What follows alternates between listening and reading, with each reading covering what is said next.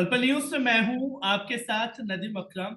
चौथे चरण पे मतदान जो है आज डाले जा रहे हैं, जहां 10 राज्यों में मतदान जो है वो देखे गए, जहां लंबी लंबी कतारें लगी हुई हैं और लोगों में एक उत्साह खास तौर पर देखने को मिल रहा है कि उन्हें वोट डालना है।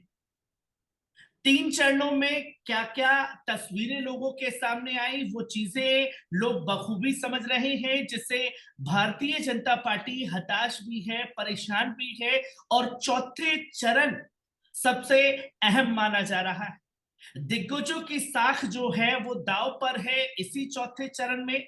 तो तमाम चुनावी प्रकरण को लेकर के हमसे बात करने के लिए वरिष्ठ पत्रकार संजीव चंदन जी मौजूद हैं।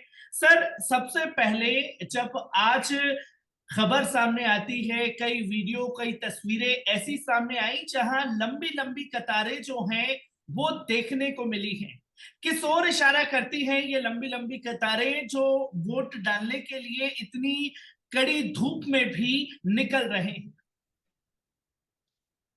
देखिए लंबी कतारों की जो रिपोर्ट आती है, जो वहां पर कैमरामैन पहुंचते हैं या रिपोर्टर्स पहुंचते हैं, तो वो तो किसी बूथ पर लंबी कतार होगी। वो लंबी कतार कितनी है ये मायने रखती है। अंततः वोटर टर्नआउट क्या होता है वो मायने रखता है। और सुबह का इसको ऐसे भी समझना चाहिए कि सुबह का जो स्पेल है उसमें थोड़ी ज्यादा भीड़ होती है, उसके बाद घटने लगती है। और धूप जब सर पे भी चढ़ता है वो भी धूप, लेकिन सिर्फ धूप वजह नहीं है। वसीम, नदीम साहब, जी जी जी वजह है लोगों में उत्साह का नहीं होना। जी ये जो सिटिंग गवर्नमेंट है, इनकम्बेंट गवर्नमेंट है, तो उसमें उसके प्रति कोई बहुत ज्यादा उत्साह वोटर्स में नहीं है। पहला तो ये संकेत। जी लेकिन पहले एक दूसरा संकेत भी है। दूसरा संकेत ये है कि जो विपक्ष है उसने भी खासा उत्साह नहीं पैदा किया है। ये लो टर्नआउट तो यही बता रहा है।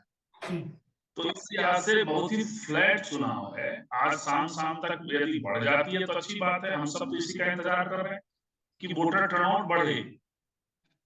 लेकिन अभी तो चल रहा है चुनाव का कि अभी वोटिंग हो रही है, तो देखते हैं।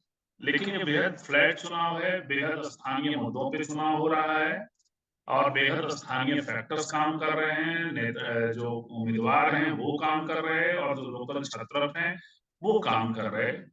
जहां जहां कांग्रेस है अपना उस कांग्रेस की भी भूमिका है। लेकिन न सत्ता में और न सत्ता के विरोध में कोई बहुत बड़ा उत्साह लहर नहीं है। बड़े सेक्शन, किसी पर्टिकुलर सेक्शन में हम लोग इसकी तलाश कर सकते जी। क्योंकि क्योंकि सर, हम ये देख रहे हैं कि चौथे चरण में आज लगभग राज्यों के चुनाव जो हैं वो समाप्त हो जाएंगे। लोगों की चर्चा जो है वो महाराष्ट्र को लेकर के, राजस्थान को लेकर के ज्यादा है कि महाराष्ट्र में और राजस्थान में बड़ा खेल हो गया है, क्योंकि हम तमाम बड़े बड़े सीनियर जर्नलिस्ट को सुन रहे हैं जो ये खास तौर पर अब दावा कर रहे हैं कि भारतीय जनता पार्टी की 3 चरणों में करारी हार हुई है, चौथे चरण में भी सुपड़ा साफ होने जा रहा है। किस चीज को देखा और समझा जाए और किस तरीके से महाराष्ट्र और राजस्थान बड़ी भूमिका निभाने वाले हैं? हैं। नदी महाराष्ट्र की भूमिका है और राजस्थान से ज्यादा बड़ी, चूंकि हुआ ये है कि पिछले चुनाव में बीजेपी सैचुरेशन पे पहुंच गई। तो जहां जहां सैचुरेशन पे पहुंची है वहां वहां, चाहे वो राजस्थान हो, चाहे वो मध्य प्रदेश हो, चाहे वो कर्नाटक हो, और इन जगहों में कांग्रेस की सीधी फाइट है। तो जितनी भी सीटें नीचे जाएंगी वो बीजेपी का लॉस होगा। इसलिए राजस्थान का अपना एक खास करके महत्व। लेकिन आमतौर पे जहां बात फंसती है वह है बिहार, वह है वेस्ट बंगाल और वह है महाराष्ट्र ज्यादातर। कर्नाटक में भी चूंकि अब सिटिंग सरकार कांग्रेस की है, सिद्धरामैया और डीसी कुमार के प्रति अभी कोई बहुत बड़ा एंटी इनकम्बेंसी पैदा नहीं हुआ है और वो वहां एक स्ट्रॉन्ग लीडर हैं। तो वहां भी ये 3 4 राज्य हैं, राजस्थान की तो बात आप कह ही रहे हैं, तो वहां सबकी नजर है और जो भी होगा राजस्थान के बारे में बात की जा रही है कि मिनिमम भी तो 5 और 10 सीटें चली जा सकती है। तो 5 से 10 के बीच में जो लॉस होगा वो बीजेपी का लॉस है।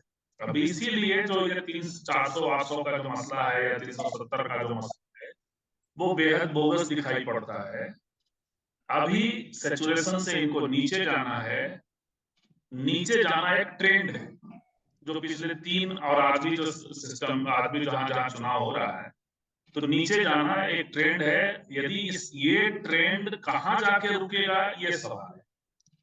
यानी 303 अभी बीजेपी, अकेले बीजेपी की मैं बात कर रहा हूँ, एनडीए को छोड़ दीजिए क्योंकि दूरी वही है और आप बचा भी नहीं।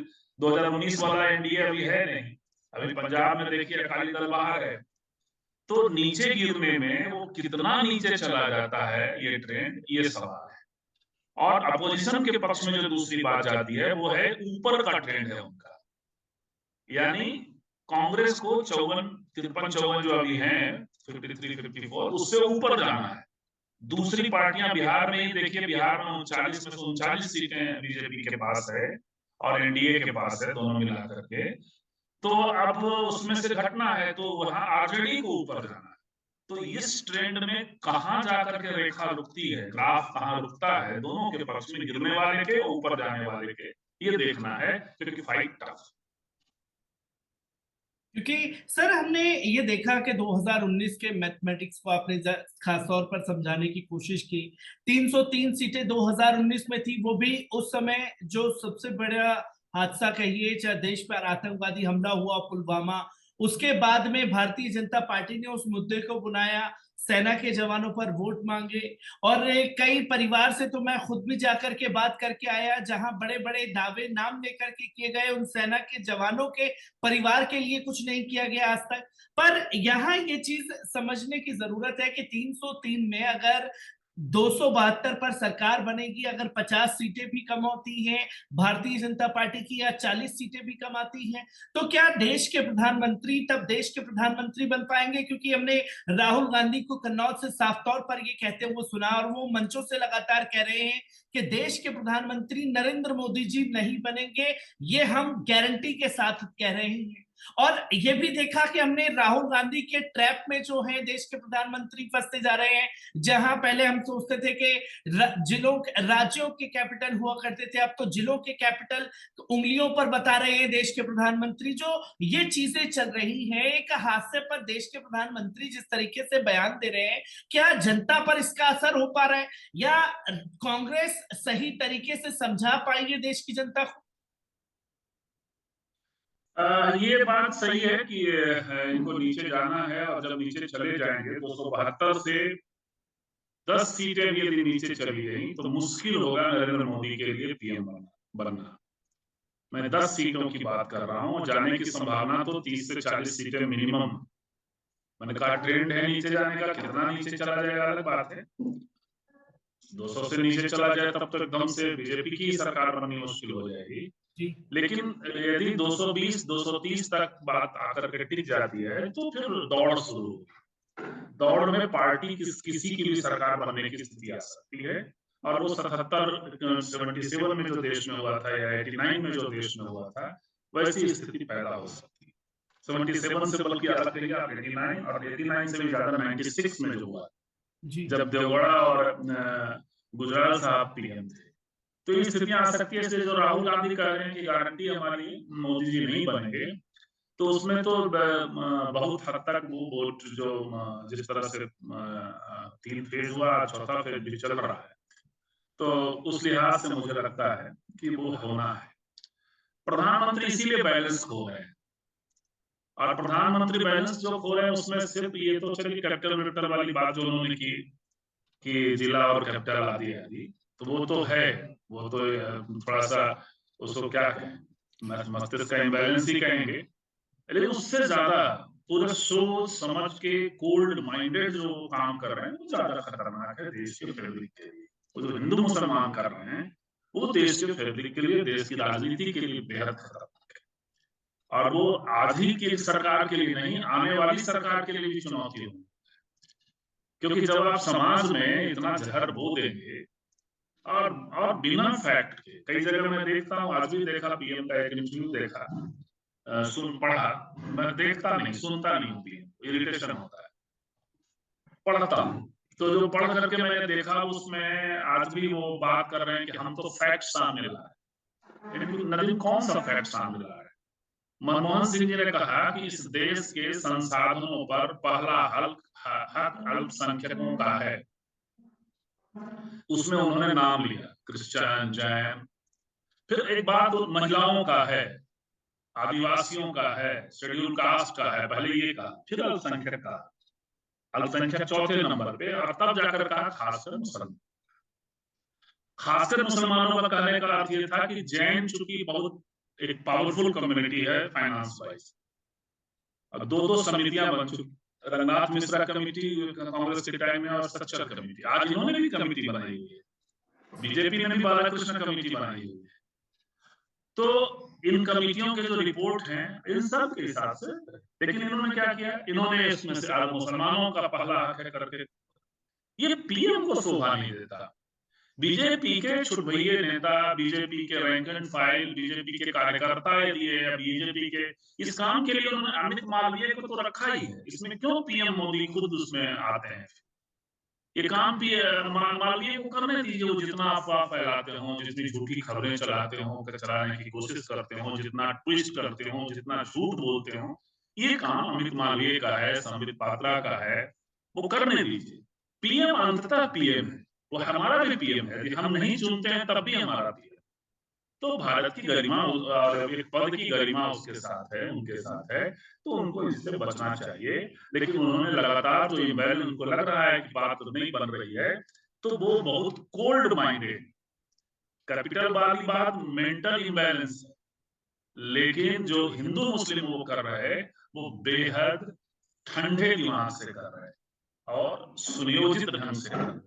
कई बार तो मुझे सार्वजनिक षड्यंत्र करते हुए प्रधानमंत्री लगते हैं, जब वो सभाओं में जिस तरह से ललकारते हैं और हिंदुओं को या हिंदुत्व को। नदीम साहब।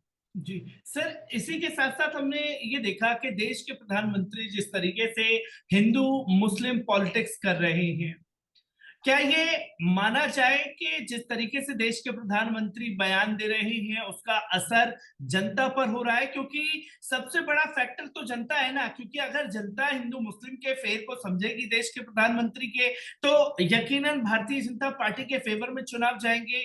क्योंकि हमने ये देखा कि पहले चरण से पूरी तरीके से राम मंदिर जो है वो गायब था, दूसरे चरण से जो है राम मंदिर के मुद्दे को भुनाने की कोशिश की गई कि हमने राम मंदिर को बनाया है, हम राम मंदिर को लेकर के आए हैं। जो राष्ट्रपति देश की द्रौपदी मुर्मू, उन्हें शिलान्यास के दौरान पूछा नहीं गया, और अब उनके बेकायदा प्रोग्राम जो है अयोध्या में सेट कराए जा रहे हैं।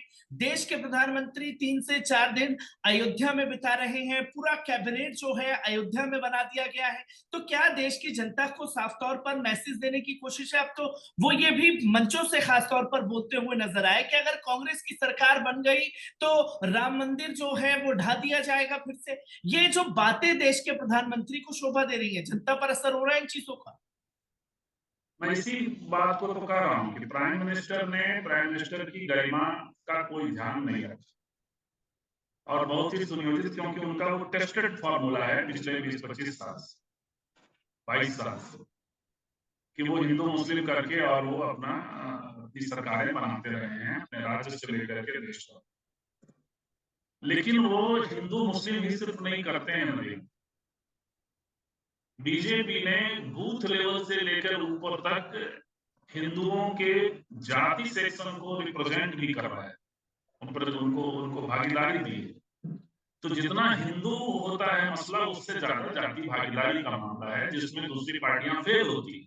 जी, आज भी कांग्रेस में राहुल गांधी सामाजिक न्याय की बात कर रहे हैं, लेकिन सिर्फ जुबानी बात कर, वो उसको जैसे मान लिया पसमानदा एक समूह है, उनके मुंह से कभी पसमानदा शब्द नहीं निकले दलितों में, मुसलमानों, और पिछड़ा ओबीसी का जो कंसेप्ट है, अब वो आगे बढ़ के अति पिछड़ा हो गया है, उनके मुंह से वो भी नहीं निकलता है। तो वो एक समस्या है, मुंह से निकलने के अलावा जो पार्टिसिपेशन का, तो ये भ्रम फैलाया गया है कि ये हिंदू मुस्लिम से, और वो प्रधानमंत्री के दिमाग में भी बात आ जाती। सच्चाई ये है कि वो बीजेपी ने कायदे से ये की। तो रही बात हिंदू मुस्लिम की, हिंदू मुस्लिम को जनता नकार रही है, तभी तो बाहर नहीं आ रही। और हिंदू मुस्लिम और अयोध्या को नकार दिया, तभी तो इनको दोबारा एक बार जाके मेगा शो करना पड़ा अयोध्या। जो पिछली बार इन्होंने 26 जनवरी के महत्व को खत्म करने के लिए संविधान पे हमला इरादा, इसलिए तो हम लोग कहते हैं 26 जनवरी का अपना महत्व होता था। उसके 4 दिन पहले इन्होंने राम मंदिर का उद्घाटन कर दिया। लगा कि देश में कोई नई आजादी आ गई है, जगह जगह झंडा फहराया जा रहा है, माहौल बना दिया, 26 जनवरी फीका हो गया। लेकिन उसका असर इनको इलेक्टोरली नहीं पड़ा इनके लिए, ये बात ये समझते हैं, इसलिए इनको दोबारा मेगा करना, ये करना। तो मुझे नहीं लगता कि हिंदू मुस्लिम को जनता जो है बहुत, क्योंकि ऊब चुकी है, इसी देश में सब रह रहे हैं। भारत का अपना एक फैब्रिक है, भारत का अपना एक ये है। जी नदीम, आप पूछना चाह रहे हैं? जी सर, मैं इसी के साथ साथ एक सवाल लेना चाहूंगा, क्योंकि हमने बीते 2 चुनावों में देखा देश के प्रधानमंत्री जो हैं अमेरिका से डोनाल्ड ट्रंप को देश में बुलवा लेते हैं, नमस्ते ट्रंप, हाउडी मोदी प्रोग्राम जो है, इवेंट कराए जाते हैं। अमेरिका पहले मित्र हुआ करता था, अब कल ही हमने एक बयान पढ़ा जिसमें इंटरनेशनल वेबसाइट पर साफ तौर पर यह कहा जा रहा है कि देश के प्रधानमंत्री द्वारा और कैबिनेट द्वारा ये आरोप लगाए जा रहे हैं कि मोदी जी को हटाने के लिए अमेरिका साजिश रच रहा है। क्योंकि हमने ये देखा खासतौर पर पड़ोसी मुल्क में, जब देश के प्रधानमंत्री ने उनके ये बयान दिया तो पूरी तरीके से वो हुकूमत हट गई। तो कैसे देखा और समझा जाए जो बीच बीच में इस तरीके के बयान कैबिनेट की तरफ से आते हैं? देखिए, कैबिनेट ही नहीं, किसी किसी चुनाव में हो सकता है प्राइम मिनिस्टर भी बोल जाए संकेत में, विदेशी शक्तियां कहना पड़ेगा उनको। जी अमेरिका नहीं कर सकते वो, क्योंकि अभी सिटिंग पीएम है, इतना तो नहीं करेंगे, क्योंकि वो फिर वहां से चीजें बिगड़ती हैं। ये तो ये आप कर भी सकते हैं। वो नरेंद्र मोदी हैं, उन्होंने कुछ भी किया है, उन्होंने अमेरिका की राजनीति डील कर दी गुजरात में ला करके उनको, ट्रंप, अगली बार ट्रंप सरकार, तो कुछ भी कर सकते हैं, इस पर भी जा सकते हैं। लेकिन इससे कुछ जो उनका कार्यकर्ता है वो, उसमें एक जोश आता है कि अरे अमेरिका कर रहा है तो हमको, ये चुनाव जीतने का टैक्टिक्स भर है, कहीं कोई षड्यंत्र नहीं। और वो भारत में भी है और पाकिस्तान में भी है। शायद जायका उनका उनका उनका ये है, वो कहती हैं कि तुम भी निकले हम जैसे भाई, वो पाकिस्तान की जो शायरा थी। जी और मतलब वो पूरी कविता ये है कि पाकिस्तान जिस तरह से बर्बाद हो रहा है, उसी रास्ते पे तुम भी चल रहे हो, तुम भी हिंदू मुस्लिम में फंस रहे हो, तुम भी अल्पसंख्यक इसमें फंस रहे हो, तुम भी ये कर रहे हो, वो कविता है। तो ये हुक्मरानों को सूट करता है, पाकिस्तान में भी, हिंदुस्तान में भी, या कहीं भी, कि एक शत्रु बताओ, बड़ा शत्रु। तो मोदी जी एक घर में शत्रु तो बताते ही है, मुसलमान उनका परमानेंट एक शत्रु है, आरएसएस का परमानेंट एक शत्रु है। पाकिस्तान जब वो बोलते हैं तो पाकिस्तान नहीं बोल रहे होते, तब मुसलमान बोल रहे होते हैं। उसमें पाकिस्तान जहां जहां बोले उसमें से हटा दीजिए, उसको मुसलमान समझिए, ये उनके लोगों को पता है। तो उसी तरीके से अमेरिका वगैरह की बात करके ये निश्चित तौर पे वो आगे के चरण में वो भी आप नतीजे देखेंगे तो कोई बड़ी बात, तो इसलिए उनके कैबिनेट के लोग आज कह रहे हैं। लेकिन इसको कैरी करने वाला वो वोटर वर्ग है क्या, ये सवाल। उनको जो वोट मिल रहा है, ऐसा नहीं है कि क्यों, आखिर हम लोग बात करते हुए भी मोदी जी को 150 सीटों पे क्यों नहीं ला रहे हैं, क्यों हम लोग कह रहे हैं कि 220, बहुत सहमे हुए बात कर रहे हैं। जी उसकी वजह है कि जनता उनको हिंदू मुस्लिम पे वोट नहीं कर रही है, ये सब किसी चीज पे नहीं कर रही है। और एक तो देखिए 2014 में जब हुआ है तो एक विकल्प का उत्साह देकर के आए। पीएम मनमोहन सिंह जी का जो कार्यकाल था वो काफी बदनाम हो चुका था, तो एक सुस्ती थी देश में, उस सुस्ती पे चढ़ के आए। 2019 में पुलवामा, हम आप जानते हैं, आपने कहा भी, तो उसके उस पे आ गए। लेकिन इस बार ऐसा कुछ है नहीं। तो अभी जो है वो है कि उनका लाभार्थी योजना है, उनके द्वारा करवाई गई पार्टी के भीतर की भागीदारियां हैं।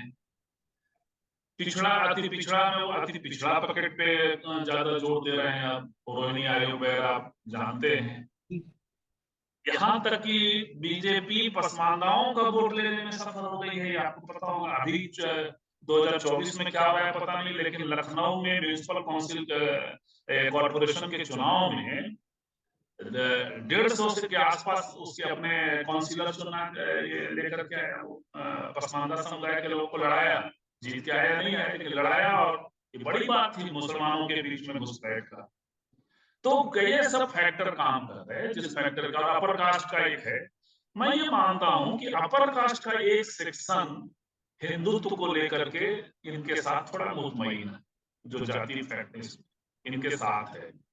और दूसरा कि अपर कास्ट का जो सेक्शन है वो हिंदुत्व से ज्यादा ब्राह्मणिकल फोल्ड में जो चातुर्वर्ण का इसको पता है कि ये हमारे हित में आएंगे, तो इसलिए ये बात महिलाओं की करेंगे, लेकिन बात ये हाई कास्ट हिंदू मेल की सुप्रीमेसी ही इस विचारधारा का, ऊंची जाति का हिंदू पुरुष, ये की पॉइंट है नदीम इनके उसके, तो वो बड़ा संतुष्ट है, उसको ठीक लगा, तो वो इनको ऑलरेडी वोटर वर्ग जी।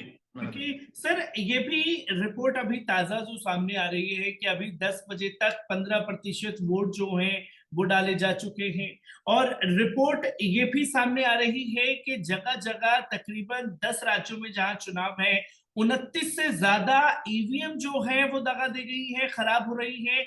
ये जो फैक्टर सामने आता है बीच बीच में, क्योंकि समाजवादी पार्टी भी लगातार तमाम राज्यों की अपडेट दे रही है, कहीं पुलिस धमका रही है वोटरों को, कहीं वोट डालने नहीं दिया जा रहा, कहीं अगर ज्यादा संख्या में मुस्लिमों की भीड़ वोट डालने पहुंच रही है तो लाठी डंडे डरा धमका करके पॉलिटिक्स की जा रही है। जो ये मेन फैक्टर है, चौथे चरण से जो खेल शुरू हो रहा है, 29 ईवीएम खराब होने के पीछे क्या वजह देख सकते हैं? क्या ये 2024 के चुनावी संकेत है भारतीय जनता पार्टी के लिए?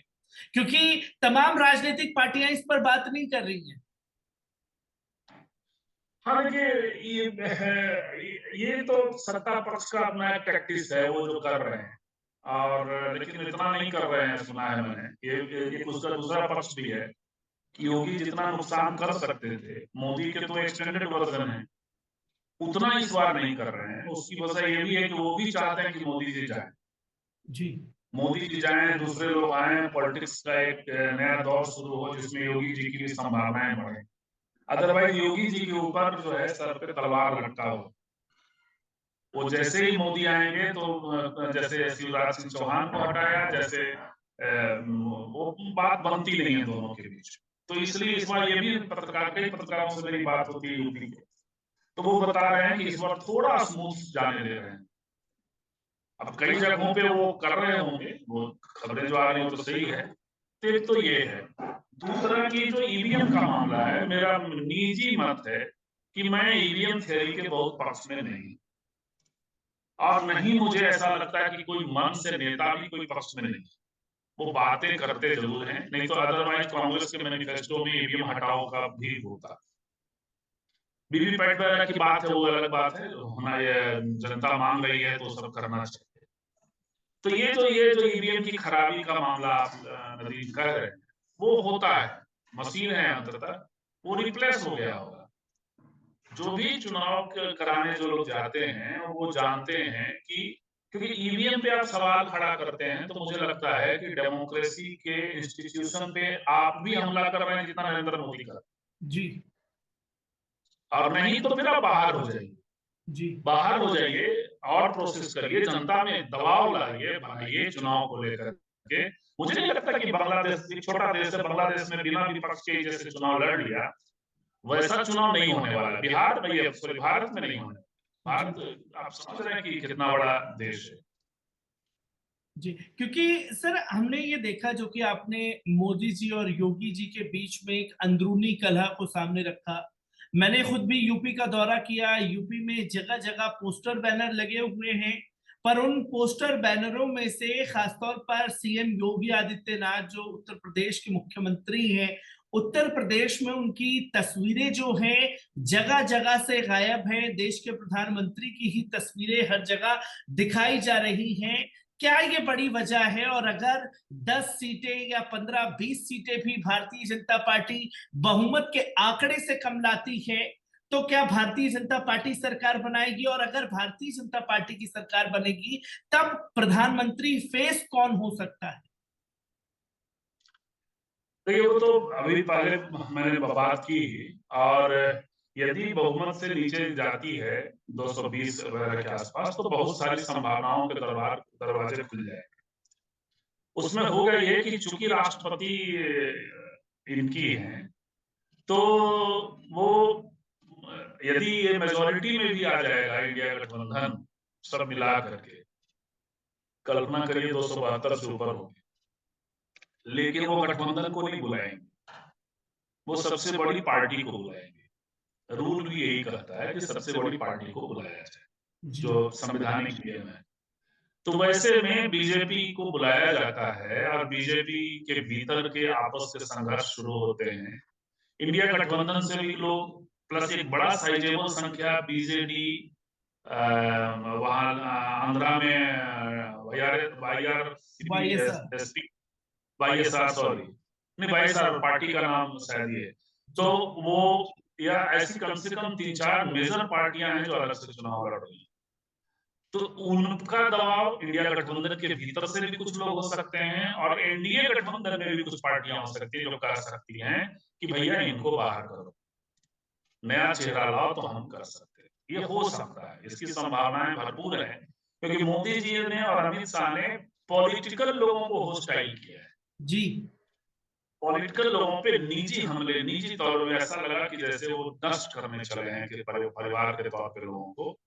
तो ऐसी भी स्थितियां आएंगी और ऐसी स्थिति में राजनाथ सिंह हो सकते हैं। राजनाथ सिंह की संभावनाएं होगी खत्म करने की, बट बड़ी लड़ाई छिड़ जाएगी बीजेपी के